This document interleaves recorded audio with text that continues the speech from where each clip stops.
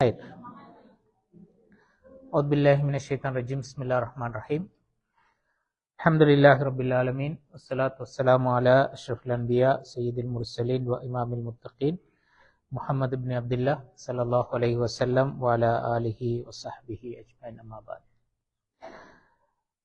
அன்புக்குரிய சகோதரர்களே சகோதரிகளே அஸ்ஸலாமு அலைக்கும் வரஹ்மத்துல்லாஹி வபரகாத்துஹு.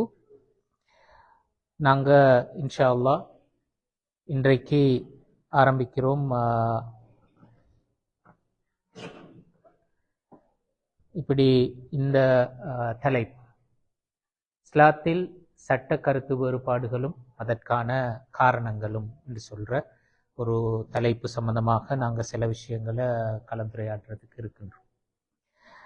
இப்படி ஒரு தலைப்பினுடைய அவசியம் என்ன என்று சொல்றத முதலாவது கொஞ்சம் நாங்கள் பார்த்து கொண்டு அடுத்த விஷயங்களுக்குள்ளால போகலும். உண்மையிலே நாங்கள் எங்களோட லைஃப்ல ப்ராக்டிஸ் பண்றது எது என்று சொல்லி சொன்னால் இஸ்லாத்தினுடைய சட்டங்கள் தான் நாங்கள் ப்ராக்டிஸ் பண்ற விஷயம். மிக பெரும்பாலும் எங்களுக்கு பல இடங்கள்ல மார்க்க ரீதியாக வரக்கூடிய முரண்பாடுகள் அல்லது சிக்கல்கள் எல்லாம் எதனை மையப்படுத்தி அநேகமாக வருகின்றன சொல்லி பார்த்தால் இந்த சட்டங்கள்ல இருக்கின்ற வேறுபட்ட நிலைப்பாடுகள் மாற்று கருத்துக்கள் இவற்றை மையப்படுத்தித்தான் அநேகமாக முரண்பாடுகளும் சிக்கல்களும் தோற்றம் பெறுறத நாங்க பார்க்கிறோம்.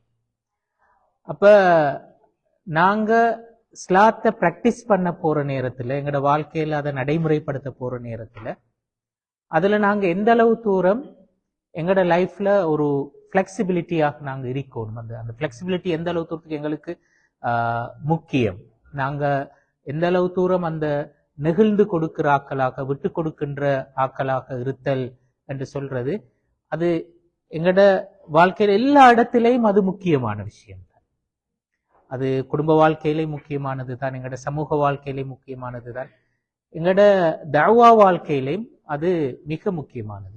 குறிப்பாக நாங்க இஸ்லாத்தை போதிக்கின்றவர்கள் என்று சொல்லி வருகின்ற நேரத்தில் இஸ்லாத்தை அடுத்தவர்களுக்கு நாங்க எத்தி வைக்கிறோம். எங்கள்கிட்ட ஒரு தஅவா கடமை ஒன்று இருக்கிறது, ஒரு பணி ஒன்று இருக்கிறது என்று சொல்ற நேரத்திலே அங்க மிக முக்கியமாக நாங்க அடுத்தவர்களோடு எப்படி எங்களோட உறவை நாங்க வைத்துக் கொள்ள வேண்டும், அதுல எந்த அளவுக்கு நாங்க விட்டு கொடுப்போட நடந்து கொள்ளணும், எந்த அளவுக்கு அந்த பிளெக்சிபிளாக நாங்க இருக்கணும் என்று சொல்ற அந்த விஷயங்களுக்கு இந்த இஸ்லாத்தில் உள்ள இந்த சட்ட கருத்து வேறுபாடுகள் சம்பந்தமான தெளிவு உண்மையிலே எங்களுக்கு நிறைய ஹெல்ப்பாக இருக்கு. நாங்க பல சமயங்கள்ல இதை மையப்படுத்தித்தான் எங்களுக்கு மத்தியில முரண்பாடுகளும் அல்லது ஒவ்வாமைகளும் தூரங்களும் ஏற்படுறதற்கு காரணமாக இருக்கின்றன. அதுலயும் குறிப்பாக இப்ப நாங்க ரமலான் கால பகுதிகளை எதிர்கொள்ற இன்னும் ஒரு 1.5 மாசத்துல நாங்க ரமலான அடைஞ்சு கொள்ள போறோம். அப்படி ரமலான் கால பகுதிகள்லையும் கூட அந்த காலப்பகுதியில் எங்களோட ஈமான் வளமையை விட கொஞ்சம் கூட சூடாக இருக்கும். அப்ப நிறைய நாங்க இஸ்லாத்திட அதை பிராக்டிஸ் பண்றதுல நிறைய ஈடுபாடு காட்டுவோம், நிறைய இபாதத்துகள் அமல்கள் செய்வதற்கு நாங்க முற்படுவோம். அப்படியெல்லாம் செய்ய போற நேரத்துல மார்க்கத்தில் இருக்கின்ற மாற்று அபிப்பிராயங்களை, மாற்று கருத்துக்களை, மாற்று நடைமுறைகளை நாங்க எந்த அளவு தூரத்துக்கு பாசிட்டிவா பாக்குறோம், அதை ஏற்கின்ற மனோநிலையோட நாங்க இருக்கின்றோமா? அப்படி இருக்கின்ற நேரத்துல தான் என்னுடைய ஈமானை நாம் பாதுகாத்துக் கொள்ளலும், அடுத்தவர்களுடைய ஈமானுக்கும் நான் எந்த தொந்தரவும் செய்யாமல் இருக்க முடியும். அப்ப அதற்காக இந்த விடயங்கள் தொடர்பாக நாங்க ஒரு தெளிவோடு இருக்கிறது முக்கியமானது. அந்த வகையில தான் இது போன்ற ஒரு தலைப்பு தொடர்பாக சில விஷயங்களை உங்களோட பரிமாறிக்கொள்றதுக்கு விரும்புகிறேன். கடந்த காலங்களில் நாங்க பார்த்த தலைப்புகள் போலதான் பெரும்பாலும் இந்த ஒரு அமர்வுகள் எங்களுக்கு இதை நிறைவு செய்வதற்கு முடியாமல் இருக்கும். நாங்க மேக்சிமம் இன்றைய நாள் எங்களுக்கு பார்க்க முடியுமான பகுதிகளை நாங்க பார்ப்போம். இன்ஷா அல்லாஹ் முடியாத போது மீதமுள்ள பகுதிகளை அடுத்த அமர்வுகளை கண்டினியூ பண்ணும் இன்ஷா அல்லாஹ். அப்ப நாங்க வாரோம் நேரடியாக தலைப்புக்குள்ளால இஸ்லாத்துல சட்ட கருத்து வேறுபாடுகளும் அதற்கான காரணங்கள். இந்த தலைப்புக்குள்ளால நான் இந்த விஷயங்களை கலந்துரையாடுறதற்கு இருக்கின்றேன். முதலாவது, இந்த 2 கலை சொற்களுக்கும் அல்லது இந்த டேர்ம் வேர்ட்ஸுக்கு இடையிலான அந்த வேறுபாடு சம்பந்தமாக ஒரு சின்ன ஒரு அறிமுகத்தை நாங்கள் எடுத்துக்கொள்ளணும். அதாவது ஷரியா என்று சொன்னால் என்ன, ஃபுக்ஹ் என்று சொன்னால் என்ன, அதே மாதிரி சட்ட கருத்து வேறுபாடு என்று சொல்றதுனூடாக நாங்க என்ன மீன் பண்றோம், அது போல சட்ட கருத்து வேறுபாட்டுக்கான காரணங்கள் என்ன, அப்படியான அந்த கருத்து வேறுபாடுகளை நாங்க எப்படி ஹேண்டில் பண்ணணும், அதை கையாள்றது எவ்வாறு என்று சொல்றது, அதே போல சட்ட கருத்து வேறுபாட்டுகளின் போது நாங்க பேண வேண்டிய ஒழுக்கங்கள் என்ன, என்ன வகையான ஒழுக்கங்களை நாங்க கடைபிடிக்கணும் என்று சொல்ற இந்த விஷயங்கள் தொடர்பாகத்தான் இந்த பிரசன்டேஷன்ல நான் உங்களோட கருத்து பரிமாறுறதுக்கு இருக்கின்றேன்.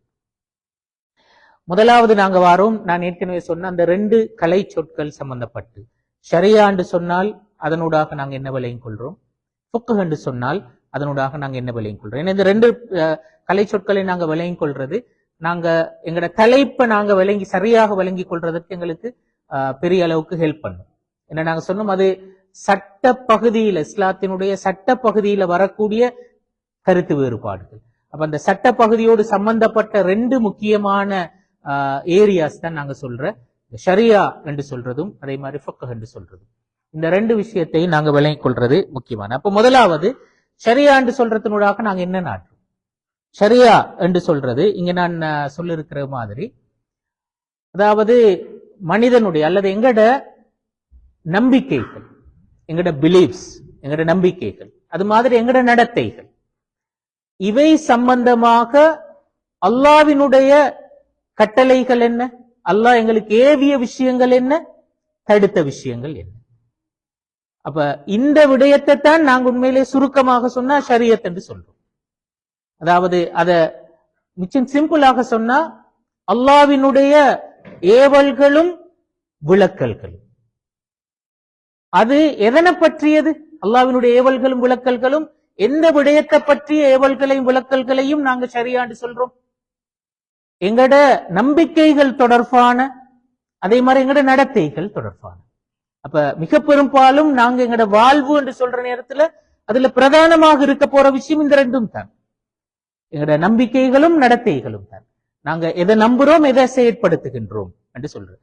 அப்ப இந்த விஷயங்கள் தொடர்பாக அல்லாஹ் எங்களுக்கு எவற்றையெல்லாம் ஏவி இருக்கின்றான், எவற்றையெல்லாம் தடுத்திருக்கின்றான், அது சம்பந்தப்பட்டு அல்லாஹ் சொல்லுகின்ற அந்த விஷயங்கள், இதைத்தான் நாங்க சொல்லுவோம் உண்மையிலே ஷரியா என்று சொல்லுவோம். அப்ப அதை நான் இங்க சொல்லியிருக்கிற மனிதனுடைய நம்பிக்கைகள் மற்றும் நடத்தைகள் பற்றி அல்லாஹ்வின் ஏவல்களையும் விளக்குகளையும் குறிக்கக்கூடிய ஒரு பிரயோகம் தான் இந்த ஷரியா என்று சொல்ற அந்த பிரயோகம். அதை இன்னும் எளிமைப்படுத்தி நாங்க சொன்னா உண்மையிலே அதுதான் நாங்க சொல்ற வஹி என்று சொல்ற விஷயம். வஹி என்று சொல்றதுக்குள்ளால குர்ஆனும் உள்ளடங்கும், ரசூலுல்லாஹ்வினுடைய சுன்னாவும் உள்ளடங்கும். அது 2ம் தான் வஹி என்று நாங்க சொல்லுவோம். அப்ப உண்மையிலே வஹீனூடாக என்ன நடக்கிறது, நாங்க ஏற்கனவே சொன்ன விஷயம் தான் நடக்கிறது. எங்கட நம்பிக்கைகள், எங்கட நடத்தைகள் பற்றிய அல்லாஹ்வினுடைய கட்டளைகள், அல்லாஹ்வினுடைய ஏவல்கள் என்ன, விளக்கல்கள் என்ன என்று சொல்றதுதான் அந்த வஹீல இருக்கிறது. அது 2ம் எங்க இருக்கிறது என்றா குர்ஆன்ல இருக்கிறது, சுன்னால இருக்கிறது. வளர்ந்தார். அப்ப இன்னொரு வகையில சிம்பிளா நாங்க சொல்றது, ஷரியா என்று சொல்றது எதற்கு சமானமான சொல், வஹி என்பதற்கு கிட்டத்தட்ட சமானமான சொல். வளர்ந்தார். அப்ப நாங்க ஷரியா என்று சொல்றது குர்ஆனும் சுன்னாவும், அதிலுள்ள ஏவல்களும் விளக்கல்களும், அது எங்கட நம்பிக்கைகள் நடத்தைகள் பற்றிய ஏவல்கள் விளக்கல்கள். இதைத்தான் நாங்க ஷரியா என்ற சொல்லினூடாக விளங்கப்படுத்துறோம். சிம்பிளாக நாங்க அதை விளங்க சொன்னா இப்படித்தான் நாங்க அதை சொல்லும். உண்மையிலே இதுல இமாம்களுக்கு மத்தியில் உள்ள மிக விரிந்த கலைச்சொல் பிரயோகங்களையும் அதில் உள்ள ஆர்கியூமெண்ட்டுகளையும் பத்தி நான் இங்க பேசல. உங்களுக்கு சிம்பிளாக அந்த கருத்தை உங்களோட சிந்தனைக்கு கொண்டு வரதுக்கு எவ்வளவு எளிமையாக சொல்லலாமோ அந்த அளவுக்கு எளிமையாக சொல்றதற்கு தான் உண்மையிலே நான் இதனூடாக முயற்சி செய்கிறேன். அந்த வகையில பொதுவாக ஷரியா என்றதற்குள்ளால முக்கியமான 3 ஏரியாஸ் இமாம்கள் அடையாளப்படுத்துவார்கள். ஷரியா என்றதுக்குள்ளால என்னென்ன விஷயங்கள், என்ன கண்டென்ட் அதுக்குள்ளால் இருக்கும் என்று சொன்னா, முதலாவது அக்கீதா, எங்களோட நம்பிக்கைகள் சம்பந்தப்பட்ட விஷயங்கள் ஷரியா என்பதற்குள் அடங்கும். இரண்டாவது ஃபிக்ஹ் என்று சொல்றது சட்டம், சட்டத்தோடு சம்பந்தப்பட்ட பகுதிகள் ஷரியாவுக்குள்ளால உள்ளடங்கும். மூன்றாவது அஹ்லாக். அஹ்லாக் என்று சொல்றது ஒழுக்கவியல், ஒழுக்கம் பண்பாடுகள் சம்பந்தப்பட்ட விஷயங்கள். அப்ப இந்த மூன்று ஏரியாவும் ஷரியாவினுடைய முக்கியமான மூன்று பகுதிகளாக இமாம்கள் அடையாளப்படுத்துவார்கள். அப்ப அகீதா, ஃபிக்ஹ், அஹ்லாக், அதாவது நம்பிக்கை, சட்டம், ஒழுக்கம் என்று சொல்ற இந்த மூன்றும் ஷரியாவினுடைய முக்கியமான மூன்று பரப்புகள். அப்ப நாங்க ஏற்கனவே சொன்னது போல எங்கட இந்த இந்த நாங்க எதை நம்பிக்கை கொள்ளணும், எதை நம்பிக்கை கொள்ளக்கூடாது என்பது பற்றி அல்லாஹ் எப்படி சொல்லி இருக்கிறான், அதே மாதிரி எது எங்களுக்கு சட்டமாக அமைகின்றது, ஒவ்வொரு விஷயத்திலையும் எது எங்களுடைய சட்டம், எது சட்டம் அல்ல என்று சொல்றது, எதை நாங்க செய்யணும், எதை நாங்க செய்யக்கூடாது என்பது பற்றி அல்லாஹ் என்ன சொல்லி இருக்கிறார். அதே மாதிரி எங்களுடைய ஒழுக்க நடத்தைகள், அது எது ஒழுக்கம் எது ஒழுக்கமற்றது என்று சொல்ற விஷயங்கள் தொடர்பாக அல்லாஹ் என்ன சொல்லி இருக்கின்றான். இந்த விஷயங்களுடைய தொகுப்பைத்தான் நாங்க சுருக்கமாக ஷரியா என்று சொல்றோம். இப்ப நாங்க வரோம் அடுத்த இரண்டாவது பகுதி, ஃபிக்ஹ். இப்ப நான் சொன்னதிலிருந்து ஒரு விஷயம் விளங்கிலும் ஃபிக்ஹ் என்று சொல்றது ஷரியாவின் ஒரு பார்ட், அது ஷரியாவோட ஒரு பார்ட் தான் ஃபிக்ஹ். அதை நான் சொன்னேன் சட்டம் என்று சொல்லி. உண்மையில இங்க சட்டம் என்று சொல்றதன் ஊடாக அல்லது ஃபிக்ஹ் என்று சொல்றதன் ஊடாக மீன் பண்ணுகின்ற விஷயம் என்ன என்றா, இந்த ஷரியா என்று சொல்றதுல, ஷரியான்னு நாங்க சொன்னோம் எங்கட நடத்தைகள் எங்கட நம்பிக்கைகள் சம்பந்தமாக அல்லாஹ் சொன்ன விஷயம், அல்லாஹ் ஏவினதும் தடுத்ததும். அப்ப அல்லாஹ் ஏவினதையும் அல்லாஹ் தடுத்ததையும் மனிதன் எப்படி விளங்கிக் கொள்கின்றான், மனிதன் விளங்கிக் கொள்ளுகின்றது என்ன என்று சொல்றதைத்தான் உண்மையிலே நாங்க ஃபிக்ஹ் என்று சொல்லுவோம். இந்த ஃபிக்ஹ் என்ற சொல்லுக்கு நேரடியான மொழி கருத்து ஒரு விஷயத்தை நாங்க ஆழ்ந்து புரிந்து கொள்ளுதல் என்று சொல்வதுதான். அப்ப குர்ஆனும் சுன்னாவும் தான் ஷரியா. குர்ஆனையும் சுன்னாவையும் மனிதன் எப்படி விளங்கிக் கொள்கின்றான், மனித அறிவு அதை எப்படி புரிந்து கொள்கிறது, இதைத்தான் நாங்க ஃபிக்ஹ் என்று சொல்லுவோம். இமாம்கள் சொல்வார்கள் மா ஃபஹிமஹுல் பஷர், மனிதன் புரிந்து கொண்டதுதான் ஃபிக்ஹ் என்று சொல்லி. அப்ப மனிதன் ஷரியாவிலிருந்து மனிதன் புரிந்து கொள்ற விஷயம், மனிதன் விளங்கிக் கொள்ற விஷயம், அது நம்பிக்கைகள் சம்பந்தப்பட்ட விஷயங்களும் இருக்கும், அது போல சட்டத்தோடு சம்பந்தப்பட்ட விஷயங்களும் இருக்கும், அது போல ஒழுக்கத்தோடு சம்பந்தப்பட்ட விஷயங்களும் இருக்கும். இது எல்லாமே ஃபிக்ஹ் தான் பொதுவாக நாங்க சொல்ற நேரத்துல. அப்ப பொதுவாக நாங்க ஃபிக்ஹ் என்று சொல்றதுக்குள்ள நாங்க சொல்லிக்கிற மாதிரி ஃபிக்ஹ் என்பது ஷரியாவிலிருந்து மனித அறிவு விளங்கிக் கொண்டதை குறிக்கும். அந்த வகையில் நம்பிக்கை, சட்டம், ஒழுக்கம் ஆகிய அனைத்து தொடர்பாகவும் மனிதன் அறிவால் புரிந்து கொள்ளப்படுகின்றவற்றை ஃபிக்ஹ் என்று அழைக்கேலும். ஆனாலும் கூட இமாம்கள் குறிப்பாக ஃபிக்ஹ் என்று சொல்றத எதற்கு பயன்படுத்தினார்கள், சட்ட பகுதி தொடர்பாக மனிதன் எதை விளங்கிக் கொள்கின்றானோ அதற்குத்தான் ஃபிக்ஹ் என்று பயன்படுத்தினார். விளந்தானே? ஆனா பொதுப்படையாக நாங்க ஃபிக்ஹ் என்ற சொல்ல எல்லாத்துக்கும் பயன்படுத்தி, ஆனாலும் குறிப்பாக சட்ட பகுதி தொடர்பாக மனிதன் என்ன விளங்கிக் கொள்றான், குர்ஆன் சட்டம் தொடர்பாக என்ன சொல்லி இருக்கிறது, அதுல செய்ய வேண்டியது என்ன, விளக்க வேண்டிய தடுக்க வேண்டியது என்ன என்பது சம்பந்தமாக என்ன சொல்லி இருக்கிறது, இந்த விஷயங்களைத்தான் இமாம்கள் ஃபிக்ஹ் என்ற அந்த சொல்லினூடாக வரையறை செய்தார்கள். வளர்ந்தானே? அப்ப அந்த வகையில நாங்க சொல்லுவோம் என்னடா, இங்க நான் அதற்குரிய டெபினிஷனை சொல்லி இருக்கிறேன். அல் குர்ஆன் மற்றும் சுன்னா ஆதாரங்களில் இருந்து ஆய்வின் அடிப்படையில் புரிந்து கொள்ளப்படும் சட்டங்கள். இப்ப குர்ஆன்ல இருந்தும் சுன்னாவிலிருந்தும் நாங்க செய்கின்ற ஒரு ஆய்வின் அடிப்படையில நாங்க புரிந்து கொள்கின்ற சட்டங்கள் இருக்கின்றனவே, அந்த சட்டங்களுக்கு தான் நாங்க சொல்லுவோம் ஃபிக்ஹ் என்று சொல்லுவோம். விளந்தான்? அப்ப நாங்க ஷரியாண்ட சொல்ல விளங்கினோம், அது குர்ஆனும் சுன்னாவும். ஃபிக்ஹ் என்று சொல்றது குர்ஆன்லையும் சுன்னாவிலிருந்தும் நாங்க விளங்கிக் கொள்கின்ற சட்டங்கள் எவை, மனிதன் அவனுடைய ஆய்வின் அடிப்படையில விளங்கிக் கொள்கின்ற சட்டங்கள் எவை என்று சொல்றதைத்தான் நாங்க ஃபிக்ஹ் என்று சொல்லுவோம்.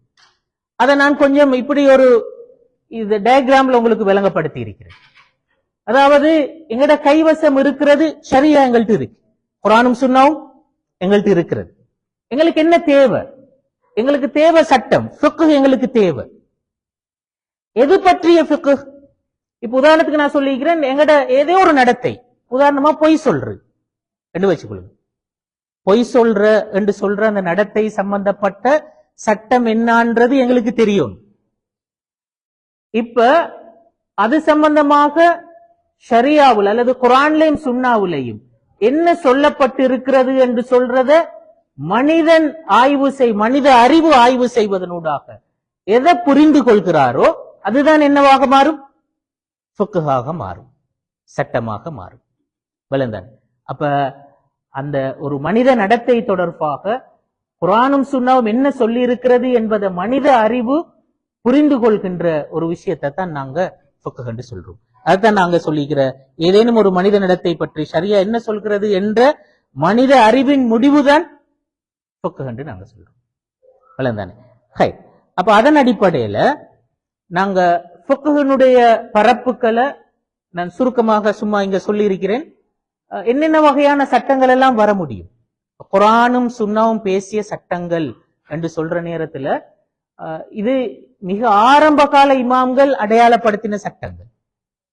ஆரம்ப கால இமாம்கள், நவீன கால அறிஞர்கள் அல்ல. நான் சொல்ற இந்த 8 பகுதிகளையும் ஆரம்ப கால இமாம்கள் அடையாளப்படுத்தி இருக்கிறார்கள். ஒன்று, வணக்க வழிபாடுகள் பற்றிய சட்டம் சொல்லப்பட்டிருக்கிறது, குடும்ப சட்டம் சொல்லப்பட்டிருக்கிறது, பணக்கொடுக்கல் வாங்கல்கள் பற்றிய சட்டம் சொல்லப்பட்டிருக்கிறது, குற்றவியல் சட்டம் இருக்கிறது, நீதித்துறை சம்பந்தப்பட்ட சட்டம் இருக்கிறது, அரசியல் சட்டம் இருக்கிறது, பொருளாதார சட்டம் இருக்கிறது, சர்வதேச சட்டம் இருக்கிறது. இந்த எல்லா சட்டங்களும் கிட்டத்தட்ட ஹிஜ்ரி 2ஆம் நூற்றாண்டு 3ஆம் நூற்றாண்டு கால பகுதிகளிலேயே இமாம்கள் அதை முழுமையாக தொகுத்து பேசி இருக்கிறார்கள். வளர்ந்தானே? அதாவது எந்த அளவு கண்டா இன்றைக்கு இந்த சர்வதேச சட்டம் சம்பந்தமாக சொல்கின்ற நேரத்துல இன்றைக்கு இந்த அதாவது யுனெஸ்கோ நிறுவனம் கூட ஹிஜ்ரி 3ஆம் நூற்றாண்டில் வாழ்ந்த முஹம்மது இப்னு ஹசன் அஷ்-ஷைபானி அவருடைய அஸ்ஸியருல் கபீர் என்று சொல்ற புத்தகம், அதுதான் உலகத்துல சர்வதேச சட்டம் சம்பந்தமாக எழுதப்பட்ட முதலாவது நூல். அப்படி யுனெஸ்கோ அதை அடையாளப்படுத்தி அதை மொழிபெயர்த்து வெளியிட்டு இருக்கிறது. அதுக்கு பிறகு அவரால் மேற்கொள்ளப்பட்ட எத்தனையோ ஆய்வுகள் அப்படி மொழிபெயர்த்து வெளியிடப்பட்டன. மாத்திரமல்ல, அவருடைய அந்த நூல் தான் இன்னைக்கு நவீன சர்வதேச சட்டத்துக்கான அடிப்படையாக அமைந்த நூல் அதுதான். அப்ப அதிலிருந்து தான் அப்படி ஒரு சட்ட பகுதி ஒன்றையே இன்றைக்கு உலகம் தெரிஞ்சு கொள்றதற்கு காரணமாக அமைந்தது. அப்ப அந்த சட்டம் அவர் எங்கிருந்து பெற்றார்? குர்ஆன்ல எப்படி ரெண்டுக்கும் இடையில நாங்க வித்தியாசத்தை அடையாளம் காணல. நான் இங்க ஒரு 6 பாயிண்ட்ஸ்ல அதை வேறுபடுத்தி இருக்கின்றேன். சிம்பிளாக சொல்றேன். ஷரியா என்று சொல்றது அது மூலாதாரம், அது சோர்ஸ். ஷரியா என்று சொல்றது அது சோர்ஸ். ஃபிக்ஹ் என்று சொல்றது அது கிளை, அது விளந்தான், அது மூலம் அல்ல, அது கிளை, அதனுடைய ஒரு பிரிவு, அது அதனுடைய ஒரு பிரிவு ஃபிக்ஹ் என்று சொல்றது. இரண்டாவது, ஷரியா என்றைக்கும் நிலையானது, மாறாதது. ஷரியா இப்ப குர்ஆன் மாறுமா, சுன்னா மாறுமா? மாறாது. அப்ப ஷரியா என்றைக்குமே நிலையானது. ஆனா ஃபிக்ஹ பொறுத்தவரையில அது கால இட சூழல் பரிமாணங்களுக்கு ஏற்ப வித்தியாசப்பட முடியுமா? என்ன நாங்க சொல்றோம், அது குர்ஆன்ல இருந்தும் சுன்னாவில இருந்தும் மனிதன் விளங்கிக் கொள்ளுதல் என்று சொல்றது, அதான் ஃபிக்ஹ். அப்படியாக இருந்தா அது இடத்துக்கு ஒரு குறிப்பிட்ட சூழலுக்கு விளங்கினது இன்னொரு சூழலுக்கு வித்தியாசப்பட முடியும். குறிப்பிட்ட ஒரு காலத்துல புரிஞ்சு கொள்ளப்பட்ட ஒரு விஷயம் இன்னொரு காலத்துல வித்தியாசப்பட முடியும். குறிப்பிட்ட ஒரு இடத்துல புரிஞ்சு கொள்ளப்பட்ட ஒரு விஷயம் இன்னொரு இடத்துல வித்தியாசப்பட முடியும். அப்ப ஃபிக்ஹ் என்று சொல்றது கால சூழ இடங்களுக்கு ஏற்ப மாறுபட முடியுமானது, வித்தியாசப்பட முடியுமானது. ஆனா நாங்க சொல்ற ஷரியா அது மாறாது, அது நிலையானது. அடுத்து மூன்றாவது நாங்க சொன்னோம், ஷரியா என்று சொல்றது வஹி, நேரடியாக அல்லாஹ்விடமிருந்து வந்த விஷயங்கள், அது குர்ஆனாகவும் சுன்னாவாகவும் இருக்கிறது. ஆனா ஃபிக்ஹ் என்று சொல்றது அது மனித அறிவு, விளந்தான், அது மனித அறிவு. அப்ப ஷரியாவையும் ஃபிக்ஹையும் வேறுபடுத்தக்கூடிய பிரதானமான விஷயங்கள்ல அது ஒன்று. மூன்றாவது, ஷரியா என்று சொல்றது அது மனித அறிவால மறுக்கப்பட முடியாத ஒரு விஷயம். எங்களுக்கு யாருக்கும் எங்கட நம்பிக்கையின் அடிப்படையில எங்களுக்கு குர்ஆன்ல ஒரு ஆயத்தை கூட ரிஜெக்ட் பண்ணேலுமா? ஹதீஸ்ல ஏதேனும் ஒன்றை நாங்க மறுதளிக்கலுமா? இயலாது. அது எங்கட நம்பிக்கையின் அடிப்படையில் எங்கட அறிவால மறுதளிக்க முடியாத ஒரு விஷயம். ஆனால் ஃபிக்ஹ பொறுத்தவரையில அதை நாங்க மறுக்கலாம், ஆர்கியூ பண்ணலாம், தாராளமாக அதுக்கு இடம் இல்லை. ஏனென்றா அது மனித அறிவு. அப்ப ஒரு ஆள் அவருடைய ஆய்வு முடிவு ஒன்று சொல்லி இருக்கிறார், அதை எனக்கு மறுக்கலும், எனக்கு ஆர்கியூ பண்ணலும், எல்லாம் செய்யலாம். வல்லதானே? அப்ப ஷரியான்னு சொல்றது அது மறுக்கவோ ஆர்கியூ பண்றதுக்கோ இடம் இல்லாத ஒன்று. ஆனா ஃபிக்ஹ் என்று சொல்றது மறுக்கப்பட முடியும், ஆர்கியூ பண்ணப்பட முடியும். அடுத்து 5வது, தவறுகள் பிழைகள் சாத்தியம் இல்லாத ஒன்று. ஷரியான்னு சொல்றதுல எப்பவும் அதுல தவறு இருக்குமா? குர்ஆன்ல தவறு இருக்கிறது, பிழை இருக்கிறது, ஹதீஸ்ல தவறு இருக்கிறது, பிழை இருக்கிறது என்று சொல்லி நாங்க அப்படி அடையாளப்படுத்த இயலுமாத? அப்படி அடையாளப்படுத்துறது கேளா. ஆனால் ஃபிக்ஹ்ல தவறுகள் பிழைகள் சாத்தியமானது. என்றா அது மனிதனுடைய ஒரு முடிவு தான், மனிதன் விளங்கி கொண்ட ஒரு விஷயம். அப்ப அதுல தவறு வரலாமாடா, தாராளமா தவறு வரையும். பிழைகள் நடக்கலாமாடா, தாராளமாக பிழைகள் நடக்க முடியும். அது மாதிரி 6வது பாயிண்ட சொல்லிக்கிறேன்டா, முழு மனிதர்களையும் கட்டுப்படுத்தக்கூடியது. அதாவது எல்லாரையும் அது கண்ட்ரோல் பண்றதுக்கு அதிகாரம் உள்ள ஒன்றுதான் ஷரியான்னு சொல்றோம். அப்ப அதை நாங்க பின்பற்றுவது வாஜிபானது. அதை நாங்க யாரும் குர்ஆனுக்கு கட்டுப்பட மாட்டோம், குர்ஆனை பின்பற்ற மாட்டோம், ஹதீஸ பின்பற்ற மாட்டோம் என்று சொல்லி எங்களுக்கு சொல்லல. என்று அது எங்க ஈமான் சம்பந்தப்பட்ட விஷயம். விளந்தான். ஆனால் ஃபிக்ஹ பொறுத்தவரையில ஒருவரது கருத்து மற்றவர் ஒரு நாளும் கட்டுப்படுத்தாது. இப்ப நாங்க சொல்றோம், ஒரு குறிப்பிட்ட ஒரு விவகாரம் தொடர்பாக ஒருத்தர் ஒரு ஒப்பீனியன் சொல்றார், அவர் விளங்கி கொண்ட ஒரு விஷயத்த சொல்றார், அது என்ன கட்டுப்படுத்துமா? அதை நான் கட்டாயம் அதை ஏற்றுத்தான் ஆகணும், அங்கீகரிச்சுத்தான் ஆகணும், அதை நான் பின்பற்றித்தான் ஆகணும் என்ற ஒரு கட்டாயம் ஒன்று இருக்கிறா? அப்படி கட்டாயம் ஒன்று இல்லை. அவருக்கு கருத்து சொல்வதற்கு உரிமையும் அதிகாரமும் இருப்பது போலவே எனக்கும், நானும் ஒரு மாற்று கருத்து சொல்வதற்கு எனக்கும் உரிமையும் அதிகாரமும் இருக்கிறது. விளந்தானே? அப்ப மனித அறிவு, மனித மூளை அல்லாஹு தஆலா எல்லாருக்கும் படிச்சுதான் இருக்கிறான். அவருக்கு ஒன்றை ஆய்வு செய்ய முடியும் என்று சொன்னா இன்னொருத்தருக்கும் ஆய்வு செய்ய முடியும். இமாம் அபூ ஹனீஃபா அப்படித்தான் அதை பார்த்தார். இமாம் அபூ ஹனீஃபாவிடத்துல அவரு ஒரு அபிப்பிராயத்தை முன்வைக்கிற நேரத்துல சிலர் அவர்கிட்ட சொன்னார்கள், சஹாபாக்கள் இத இப்படித்தான் விளங்கினார்கள், சஹாபாக்கள் இது சம்பந்தம் இப்படித்தான் சொல்லி இருக்கிறார்கள், நீங்க சொல்ற அதுக்கு மாற்றமாக இருக்கிறது சொல்லி அவர் சொன்னார், ஹும் ரிஜால் வ நஹ்னு ரிஜால், அவங்களும் மனிதர்கள் நாங்களும் மனிதர்கள். அப்ப அவர்கள் இஜ்திஹாத் செஞ்சார்கள், அவங்க ஒரு சில முடிவுகளுக்கு வந்தார்கள், அது அவர்களுடைய முடிவு. நானும் இஜ்திஹாத் செய்கின்றேன், நான் சில முடிவுகளுக்கு வருகின்றேன், இது என்னுடைய முடிவு. விளந்தான்? அப்ப ஃபிக்ஹ் என்று சொல்றது அதுதான். அங்க இமாம் அபூ ஹனீஃபாவோ அல்லது சஹாபாக்களோ யாருமே குர்ஆன்ல எதையும் மாற்றவோ எதையும் இது பண்ணவோ அங்க கை வைக்கல. அதை விளங்குவதற்குத்தான் முற்பட்டார்கள். அதை விளங்குகின்ற நேரத்துல சஹாபாக்கள் விளங்கினதும் அபூ ஹனீஃபா விளங்கினதுல வித்தியாசங்கள் வரலாமாண்டா? தாராளமாக வர முடியும். அப்ப நாங்க சொல்றோம் என்னென்றால், அப்ப அந்த வகையில ஃபிக்ஹ் என்று சொல்றதும் ஷரியா என்று சொல்றதும் அடிப்படையில வேறுபடக்கூடிய இரண்டு விஷயங்கள். அப்ப ஃபிக்ஹ் என்று சொல்றது அது நாங்க சொல்ற மாதிரி அது வஹி, குர்ஆனும் சுன்னாவும் சம்பந்தப்பட்டது. இது மனிதன் அதிலிருந்து விளங்கி கொள்ளுதல் என்று சொல்கின்ற அந்த கருத்து சம்பந்தப்பட்டது. அப்ப இதுல இருந்து நாங்க விளங்குற மிக முக்கியமான ஒரு சாராம்ச முடிவு என்ன என்று சொன்னா, ஃபிக்ஹ் என்று சொல்றதுல ஒரே விவகாரத்துல ஒன்றுக்கு மேற்பட்ட புரிதல்கள் அல்லது நிலைப்பாடுகள் இருப்பது சாத்தியமானால் சாத்தியமானது. ஒரே பிரச்சனை இல்லை. ஏதாவது இப்ப நாங்க சொன்னோமே, ஒரு மனித நடத்தை சம்பந்தப்பட்டு தானே குர்ஆன் என்ன சொல்கிறது, ஹதீஸ் என்ன சொல்கிறதுன்னு சொல்லி நாங்க ஒரு முடிவு எடுக்க போறோம். அதுதானே ஃபிக்ஹ் என்று சொல்றேன். அப்ப அந்த மனித நடத்தை தொடர்பாக, அந்த மனித நடத்தை அனுமதிக்கப்பட்டதா இல்லையா என்று சொல்றது சம்பந்தமாக ஒன்றுக்கு மேற்பட்ட முடிவுகள் வரலாமா இல்லையா?